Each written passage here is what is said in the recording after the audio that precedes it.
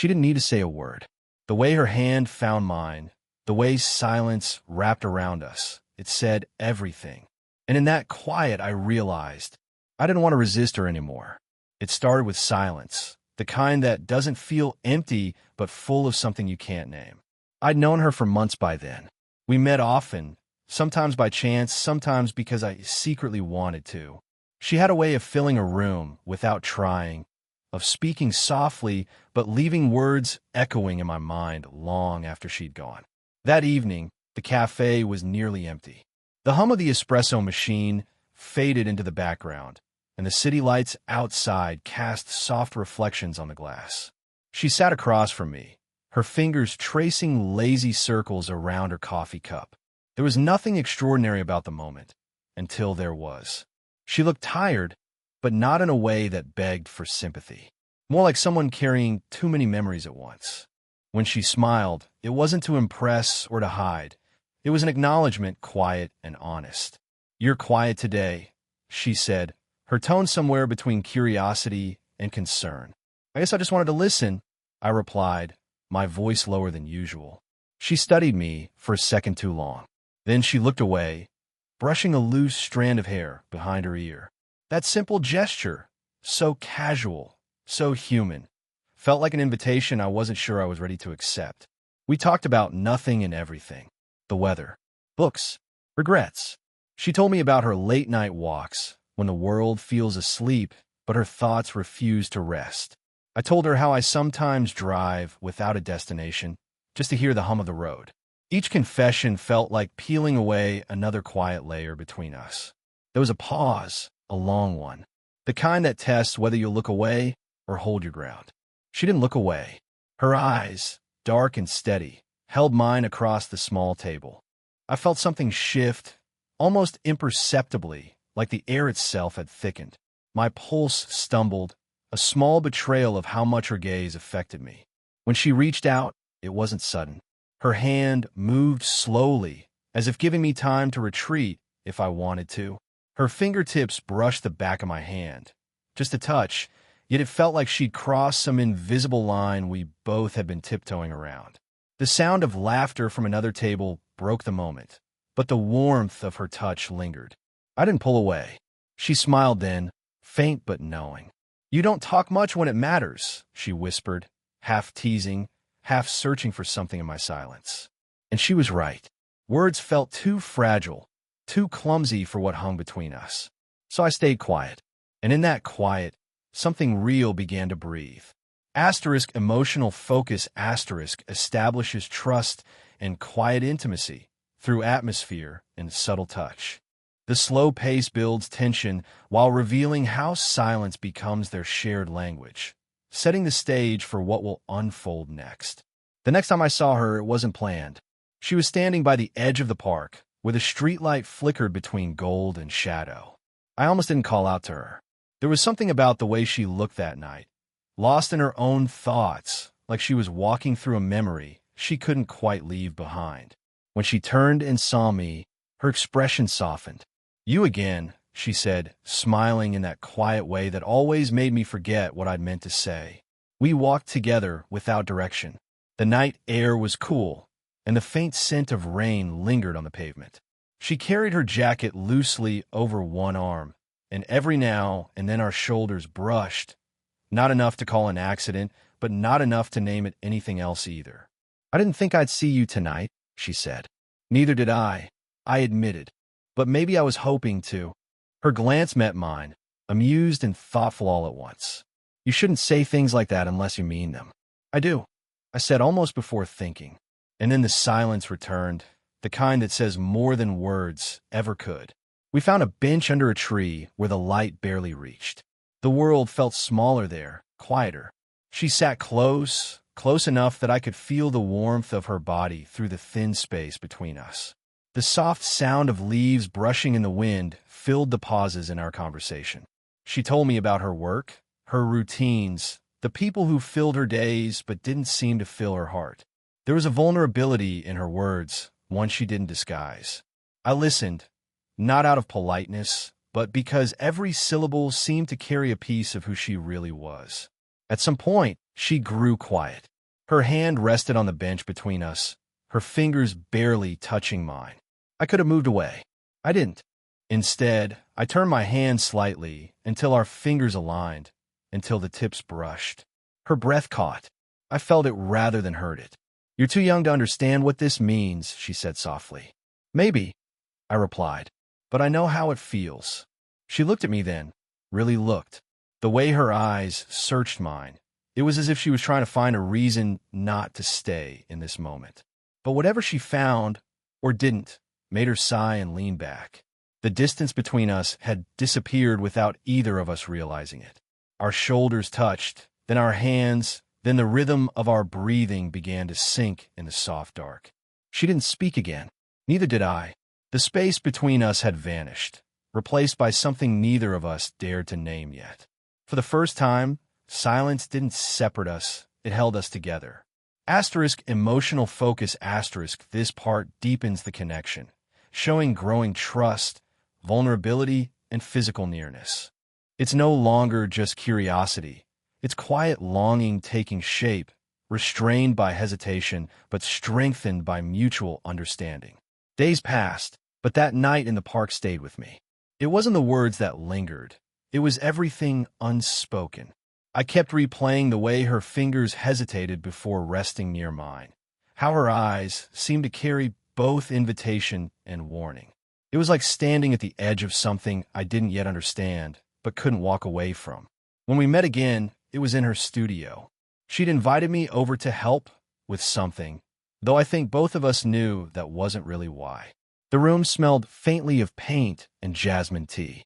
Light from the window poured across the floor in long, gentle stripes, catching the dust that floated between us. She was working on a canvas, her sleeves rolled to her elbows, a few streaks of color on her wrist. I stood behind her, watching the slow motion of her hand as she painted. There was focus in her movements, but also restlessness, like her thoughts were somewhere else entirely. "You can tell a lot about a person from the way they paint," she said, without turning. "And what does mine say?" I asked. "You don't paint," she replied, smiling faintly. "That's what makes it interesting. You observe, but you don't interfere." I stepped closer, curious whether she could feel how near I was. "Maybe I'm just waiting to be invited." She paused then, her brush hovering midair. The air felt suddenly heavier, filled with words that neither of us dared to say. She turned slowly, and for the first time, we were face to face at a distance that left no room for pretending this was casual. Her eyes met mine, searching, questioning. I could see the battle in them, the pull of something she didn't want, and the fear of what it might mean if she gave in. "You shouldn't look at me like that," she murmured. "Then stop standing so close," I whispered back. Her breath caught, and for a heartbeat, the world went still. Every sound, the ticking clock, the wind outside, faded into nothing. Her hand lifted slightly, as if to touch me, but stopped midway. Her fingers trembled in the air between us, suspended in hesitation. I could feel the warmth of her skin without contact, the magnetic closeness that made my chest tighten. My hand moved halfway too, and for a moment, we both hovered there, two people balanced on the edge of a line neither of us had planned to cross. Then she stepped back, just enough for air to rush between us again. The spell broke, soft but undeniable. She smiled, a fragile, knowing smile. "You make it hard to remember where the boundaries are. Maybe they were never clear to begin with," I said quietly. Her laugh was barely a breath. "That's what scares me." And in that moment, with the sunlight fading and her scent lingering in the air, I realized what scared her was exactly what drew me closer. Asterisk emotional focus asterisk this part captures the first real turning point, charged silence, mutual hesitation, and a moment that almost becomes something more. It's the heartbeat before confession, the stillness before everything changes. I didn't see her for several days after that moment in the studio. Her absence settled over me like unfinished music. Every quiet hour seemed to echo with what almost happened, what almost was. I told myself to let it fade, to give her space, but the truth was simpler. I missed her.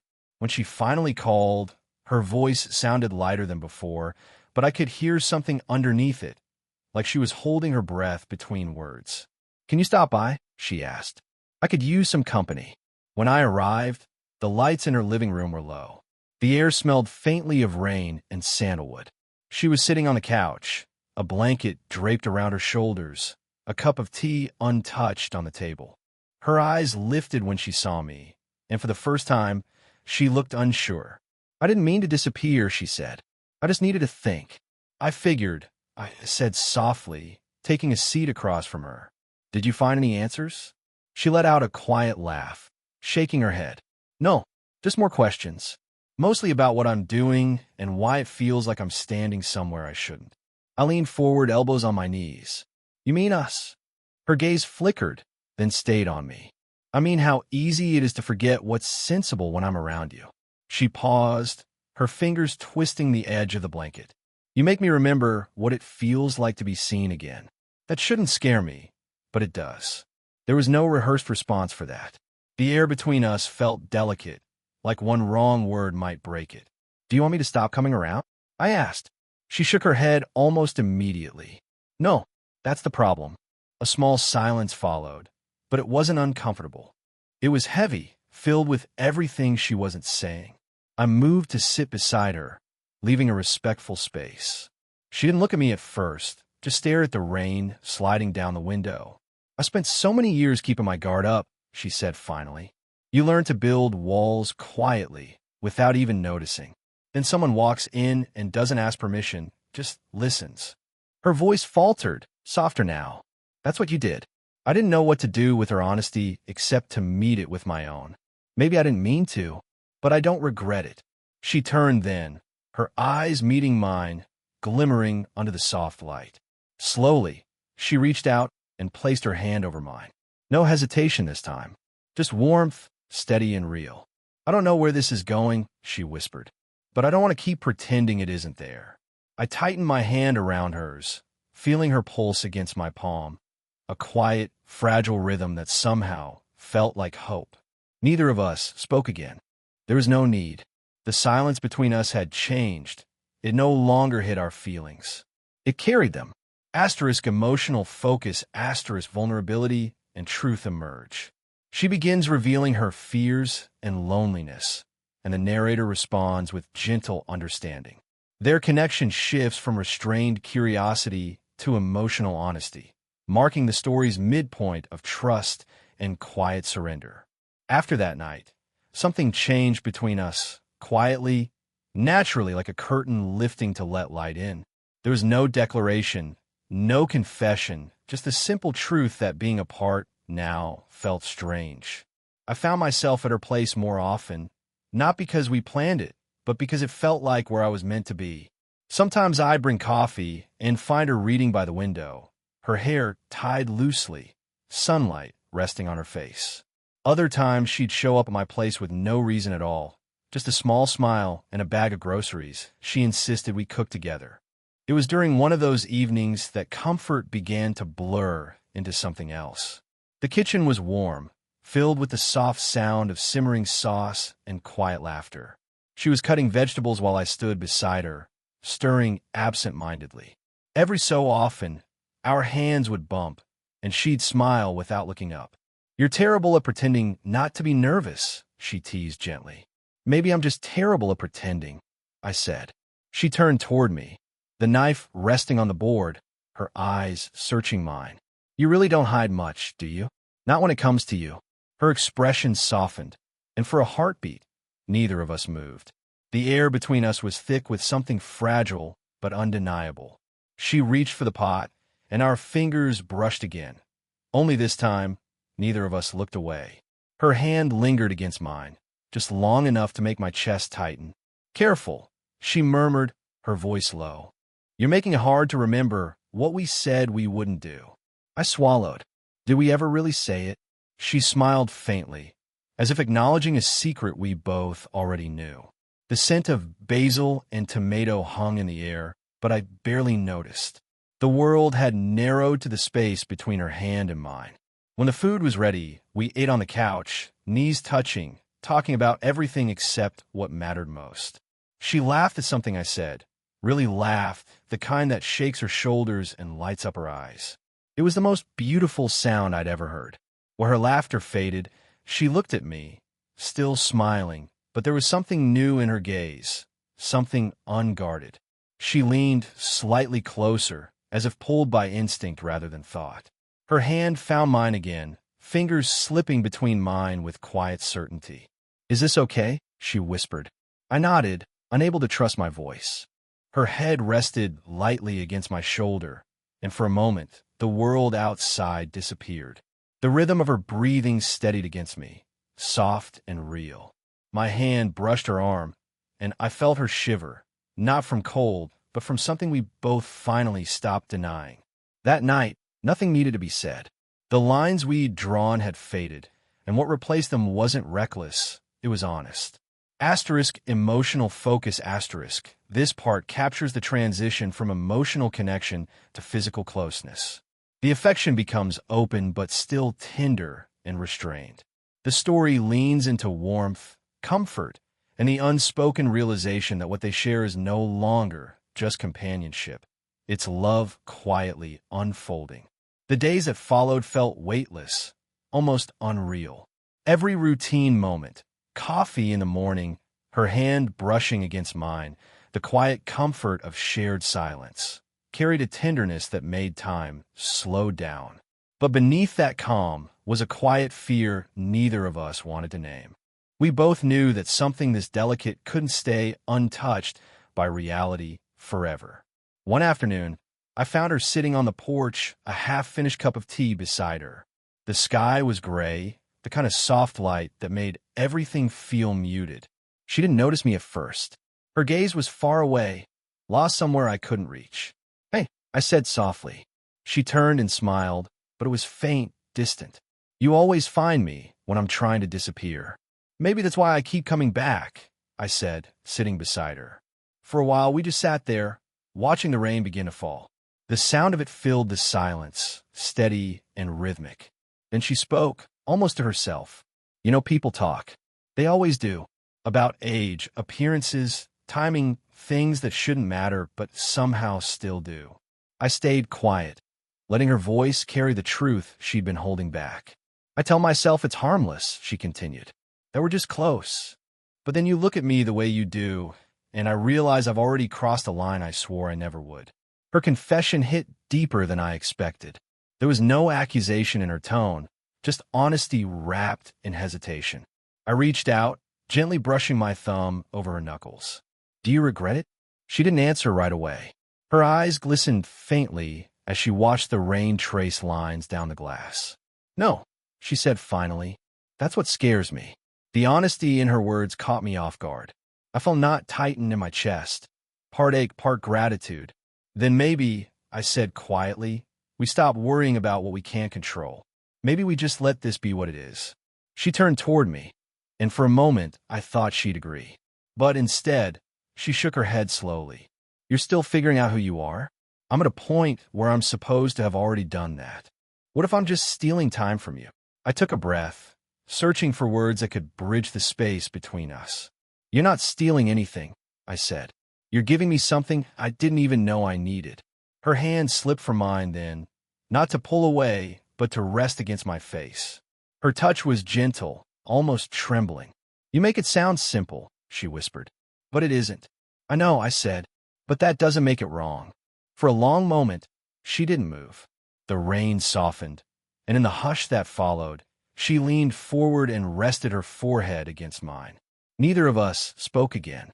The fear was still there, but so was the truth. We'd stopped trying to resist what we already were. Emotional focus. The story's emotional peak, where love meets fear. Vulnerability turns into honesty, and the first real acknowledgement of their bond comes with the awareness of what it might cost. The moment balances tenderness and tension, preparing the ground for resolution in the final part.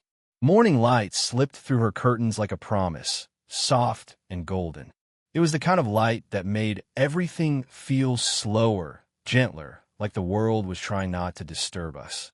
I found her in the kitchen, hair still damp from a shower, humming quietly to herself as she poured coffee.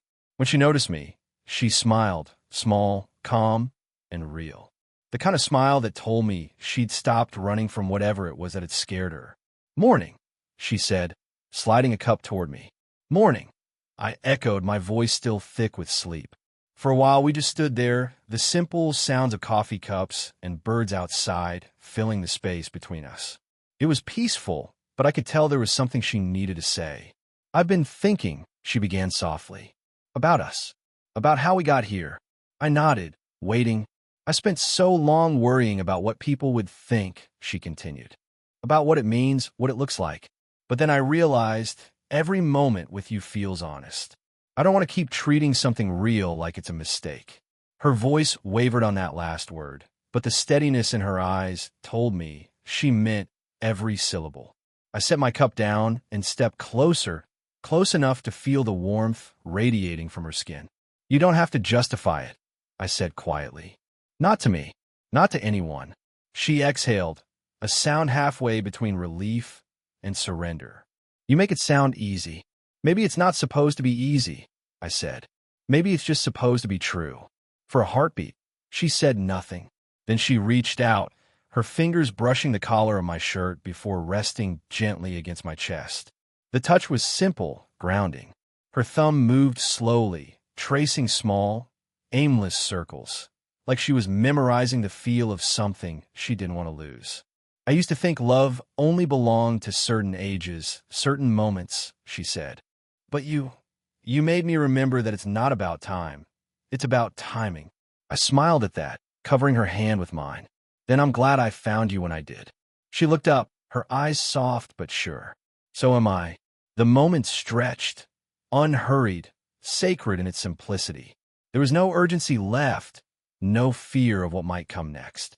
Only the quiet understanding that what we'd found didn't need to be defined or defended. She leaned in and rested her head against my shoulder, her hand still in mine. The morning light painted her skin in gold, and for the first time, I realized this was what peace felt like. Not the absence of doubt, but the choice to stay anyway. Outside, the world moved on. Inside, we just breathed together. Two people who had finally stopped resisting the pull that had been there all along. No promises, no plans. Just a quiet kind of forever that lives in moments like this. Asterisk, emotional focus, asterisk, resolution and acceptance. The story closes in peace, with both characters choosing authenticity over fear. The love that began in silence now settles into quiet permanence. A soft, enduring connection built not on perfection, but on truth.